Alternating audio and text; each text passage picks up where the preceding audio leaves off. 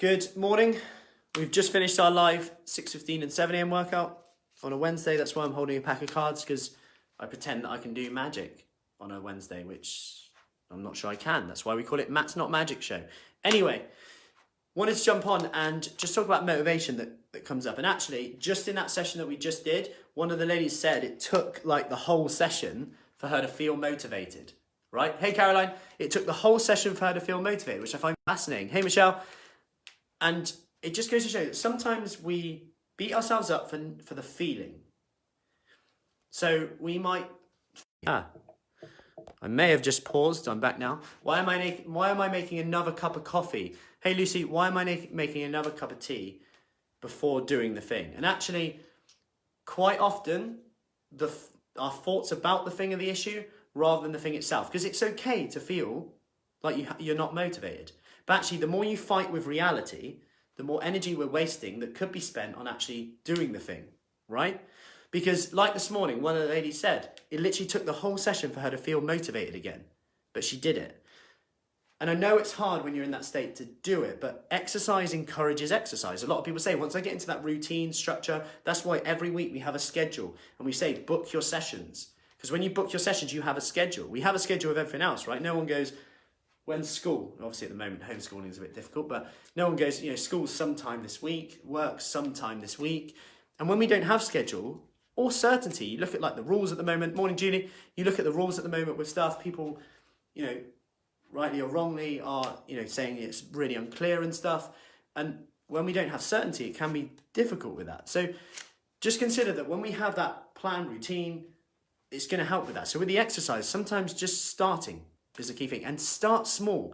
We spoke on the podcast yesterday with Dr. Adam Bibby about this, about goal setting. And I said, literally, when we start the process, we do some kind of goal setting, which is really important. But just the word goal setting, a lot of people have negative connotations around it because they've set so many big goals in the past and not hit them.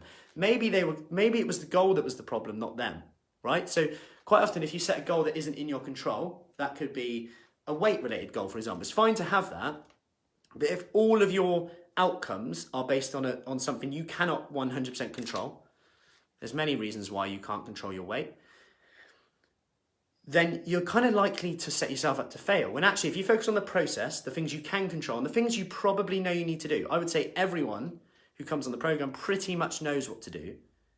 However, they just still don't do it. Maybe it's because of them knowing what to do, or maybe it's knowing how to do it, when to do it, the motivation, a plan, accountability, support, whatever that is. And I'm the same. I have 2 coaches myself at the moment to help me with my nutrition, with my training, because I just get a bit like that. I could do something else. I could do something. It's just when there's that accountability, have you checked in?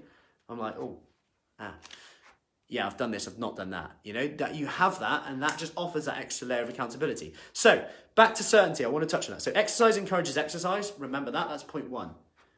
And start small. So even if that's 2 minutes today, you're going to set yourself a time and date. Put it in your diary now while it's on your head, in your mind, because otherwise it will just go. So say, I will today go for a walk or do 2 minutes of squats while the kettle's boiling at 8 a.m. Whatever that is for you, whatever works. Go write that down.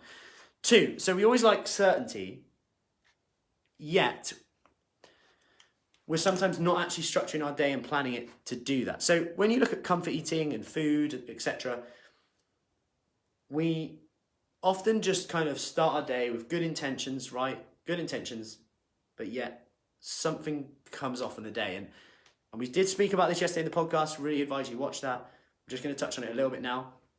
Sometimes we think the event is random, like comfort eating, etc. But actually a course of events have happened in the day. So maybe you didn't sleep well last night, but you're not comfort eating in the morning because your focus, your willpower's a bit higher in the morning, generally anyway. You've got stuff to do. Day comes on, meetings, I don't know, kids, something happens, phone calls. All of a sudden your kind of willpower's being drained, you're getting more tired, more stressed. This can turn off the prefrontal cortex in your brain. This is the part of your brain which allows you to make more rational decisions about where you want to be next year. So you might be thinking, yeah, I'm really motivated about, this wedding that's been moved to next year. It's given me more time to fit into this dress. Maybe this is a good thing. This is an example yesterday. I've got a bit more time. I need to do it. But in that moment when you're tired and stressed, that doesn't really matter. It's in the future. I'll worry about it then. Impulsively, there's chocolate there, sweets there. We're straight in that. So there's all these things are going to come up. So point one, my advice with this would be to, in the morning, say, I will have this snack, hey Karen, or this snack, I will have a chocolate bar at this time if I want to. Permission, give yourself permission to have it. If you don't want it, give yourself permission not to have it.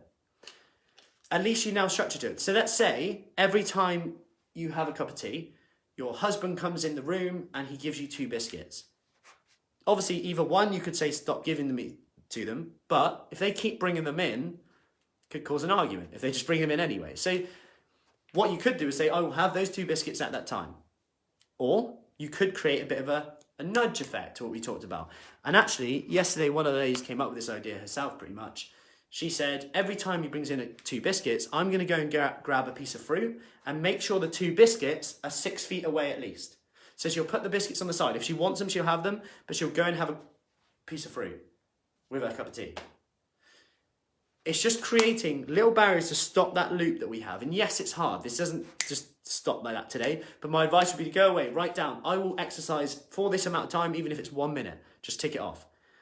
At this time, my snack today will be, or my snacks today will be this and this. At least if you have certainty, rather than go, don't eat, don't eat, don't eat, don't eat. Hey, Dawn, all of a sudden it's like, oh, I've just eaten a chocolate bar. And it's like, diet over. Whereas actually, I'm going to have a chocolate bar. Then, done. Because also you've got to think about when you're having these foods. So we call them comfort foods. But do we call them comfort foods because we only eat them? We only eat comfort foods when we're feeling stressed and tired. So is that why we call them comfort foods? Because no one ever really comfort eats first thing in the morning. We wait for ourselves to be stressed, tired, and we look at it as more of a reward. So to some extent, it could be worth actually changing our relationship with these foods by actually having them earlier in the day. If you have a really negative relationship with that food and just fitting them into your plan, you know what, I've had them, I don't feel so, it's not as rewarding anymore. You've got to do what works for you, but I definitely advise getting some certainty around that. And it kind of stems from having a plan, which we know in every other area of our life is important. We plan holidays, we plan trips, we plan work, we plan family stuff, when we're going to see them. And then we wonder why with food and exercise, when we don't plan it, it doesn't quite work out. So, note down, today I will exercise 4, insert minutes, no matter how small, just do it. Then, after you've done that, actually write down a list of the benefits, how you felt after doing that. Remind yourself of them, cut them out, stick them to places. I will snack on this food and this food today, done. Hope that helps. Any questions, let me know. I've posted the podcast replay from Dr. Adam Bibby, which discussed this in more detail. Hope that helps. Any questions, let me know and speak soon.